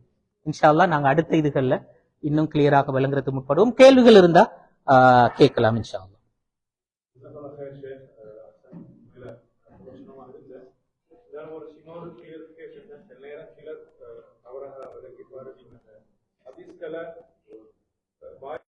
அடுத்த ஜெனரேஷனுக்கு கடத்தப்பட்டது. அதுக்கு பூரா நீங்க சொன்ன எப்படி கடத்தப்பட்டது, எவ்வளவு கவனமாக இருந்தாங்க. அது குர்ஆனுக்கு அது சம்பந்தம் இல்லை என்றது கொஞ்சம் குர்ஆன் உண்மையிலே குர்ஆனும் ரசூலுல்லாவிடமிருந்து முதல் பரம்பரை சஹாபாக்களுக்கு வந்தது வாய்மொழி மூலம்தான். வாய்மொழி மூலம்தான் முதல் பரம்பரை சஹாபாக்களுக்கு வந்தது. ஆனால் அந்த ரசூலுல்லாவுடைய வஃபாத்துக்கு பிறகு அடுத்து அபூபக்கர் ரலியல்லாஹு அன்ஹு அவர்கள் கலீஃபாவாக வந்த சந்தர்ப்பத்தில் முதலாவது நடைபெற்ற விஷயங்கள் ஒன்று குர்ஆன எழுத்துருவுக்கு கொண்டு வந்தது. அதை நூலுருப்படுத்தின வேலை நடைபெற்றது. அப்ப அந்த சம்பவம் எங்களுக்கு தெரியும். அபூபக்கர் ரலியல்லாஹு அன்ஹு அவர்கள் குர்ஆன ஒன்று திரட்டணும் என்று சொல்ற அந்த தீர்மானத்தை எடுக்கிறார். உமர் ரலியல்லாஹு அந்த தீர்மானத்தை அதாவது உமர் ரலியல்லாஹு தான் சஜஸ்ட் பண்றார். இப்படி இந்த விஷயத்தை செய்யணும் சொல்லி அபூபக்கர் ரலியல்லாஹு கொஞ்சம் யோசிக்கிறாரு. ரசூலுல்லாஹ் செய்யாத ஒருவேளை நான் செய்யறா என்று சொல்லி யோசிக்கிறார். அப்ப உமர் ரலியல்லாஹு அன்ஹு அவர்கள் அதுக்கு நியாயம் சொல்றாரு. ஏனென்றா அடுத்த பரம்பரைக்கு நாங்க குர்ஆனை கொடுக்கும். அதுல அப்படி இப்ப குர்ஆன் ஆக்களோட மன்னனத்துல மட்டும்தான் நீக்கி எழுத்துல வரலாட்டி அடுத்த பரம்பரைக்கு இந்த ஆக்கள் மௌத்தா போனா ஒரு யுத்தத்துல திடீரென்று 70 குர்ஆன மன்னனமிட்டவர்கள் கொலை செய்யப்படுறாங்க. அப்ப அந்த நிகழ்வு தான் உமர் ரலியல்லாஹு அன்ஹு அவர்களை சிந்திக்க வைக்கிறது. அப்ப அவர் சொன்னார் அடுத்த பரம்பரை கிடைக்கணும், எனவே நாங்க இதை கட்டாயம் எழுதும், நூலுருப்படுத்தும். அப்ப அபூபக்கர் ரலியல்லாஹு ஏற்றுக்கொண்டு அந்த வேலையை ஸைத் பின் சாபித்திட்ட பொறுப்பு கொடுத்து குர்ஆன் ஒன்று திரட்டப்படுகின்றது. அப்ப அவர் எந்த அளவு கண்ட ஒவ்வொரு வசனத்துக்கும் ஒரு ஆள் சாட்சியாக இருந்து அந்த வசனத்தை அவர் ஏற்றுக்கொள்ளல. குறைந்தது ஒவ்வொரு வசனத்துக்கும் 2 சாட்சிகள் தேவை. அப்படி 2 சாட்சிகளை வைத்துத்தான் அவர் அந்த முழு குர்ஆனையும் ஒன்று திரட்டினார். ஒன்று திரட்டி அப்ப ரசூலுல்லாவுக்கு பிறகு சஹாபாக்கள் பரம்பரையிலே குர்ஆன் எழுத்துருவுக்கு வந்தது. ஆனா ஹதீஸ் நடக்கல. உமர் ரலியல்லாஹு அன்ஹு அவருடைய காலத்துல அப்படி ஒரு முயற்சி, ஒரு ஆலோசனை வந்தது. ஆனால் அது வேற பல அன்றிருந்த அரசியல் சூழ்நிலைகள் காரணமாக அதை செயல்படுத்த முடியல. அது அப்படியே பிற்போடப்பட்டது. பிறகு உமர் இப்னு அப்துல் அசீஸ் உடைய காலத்திலே அந்த விஷயங்கள் முன்னெடுக்கப்பட்டது. அதற்கு பிறகு உண்மையிலே மிச்சம் பிற்பட்ட காலத்துல தான் இமாம் புகாரி, இமாம் முஸ்லிம் போன்றவர்கள் தோற்றம் பெறுகின்ற நேரத்துல தான் அது முழுமையாக நாங்க சொல்லுவோம் என்னென்றால் இப்ப நாங்க அந்த சல்லடை போட்டு மிக ஆதாரபூர்வமாக மட்டும் எடுத்து பதிவு செய்தது பிற்பட்ட காலத்துல நடந்தது. ஆனா சிலர் தனிப்பட்ட வகையில நிறைய எழுதி வச்சிருந்திருக்கிறார்கள். ரசூலுல்லாஹ் காலத்திலேயே ஹதீசுகளை சில சஹாபாக்கள் எழுதி வச்சிருந்திருக்கிறார்கள். ஆனால் அது உத்தியோகபூர்வமானதாக இருக்கல்ல. பிற்பட்ட காலத்துல தான் உண்மையிலே அவை சரியான எழுத்துருவுக்கு வந்து அவை பதிவு பதிவு செஞ்சதுக்கு பிறகு அதுல அந்த அந்த அந்த வந்த வழிகள் வந்து கிளியராக மாறியது. ஆனாலும் பதிவு செய்யப்பட்டதுகள்லையும் வந்த வழிகள்ல குறைபாடுகள் உள்ளவையும் பதிவு செய்யப்பட்டும் இருக்கின்றன. அதை பிற்பட்ட காலங்கள்ல வந்தவர்கள் அதை ஒழுங்குபடுத்தி அது சம்பந்தம் ஆகிய பண்ணி அதில் உள்ள பிழைகளை சரி செஞ்சு அப்படி செய்திருக்கிறார்கள். அது காலத்துக்கு காலம் அது சம்பந்தமான ஆய்வுகள் நிறைய நடந்து கொண்டு நவீன காலத்துல நாசருத்தீன் அல்பானி அதுல ஒரு பெரிய ஒரு ரோல் செஞ்சிருக்கிறார். அதே மாதிரி நவீன காலத்துல வாழ்ந்த அதாவது முஸ்தபா புகா போன்றவர்கள் இப்படி நிறைய அவங்க இந்த மாதிரி ஹதீஸுகளை திரும்ப மீளாய்வு செய்து அதில் உள்ள தவறுகளை இல்லாம செய்கின்ற விஷயங்களை செய்திருக்கிறார்கள். இது வரலாற்று நெடுக நடந்திருக்கின்ற ஒரு விஷயம்.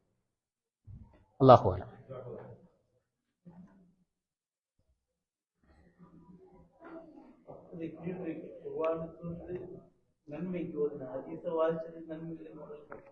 அந்த வித்தியாசமும் இருக்கிறது.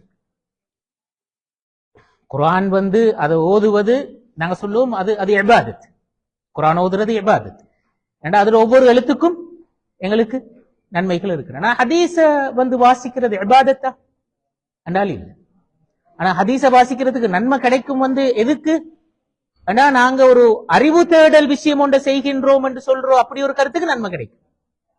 ஆனா குர்ஆனை வந்து நாங்க வெறுமனே வாசிப்பதற்கு அதை விளங்கினோ விளங்கலையோ அந்த ஓதுதல் என்ற செயற்பாட்டுக்கு எங்களுக்கு நன்மை இருக்கு. ஜஸாக்கல்லாஹ்.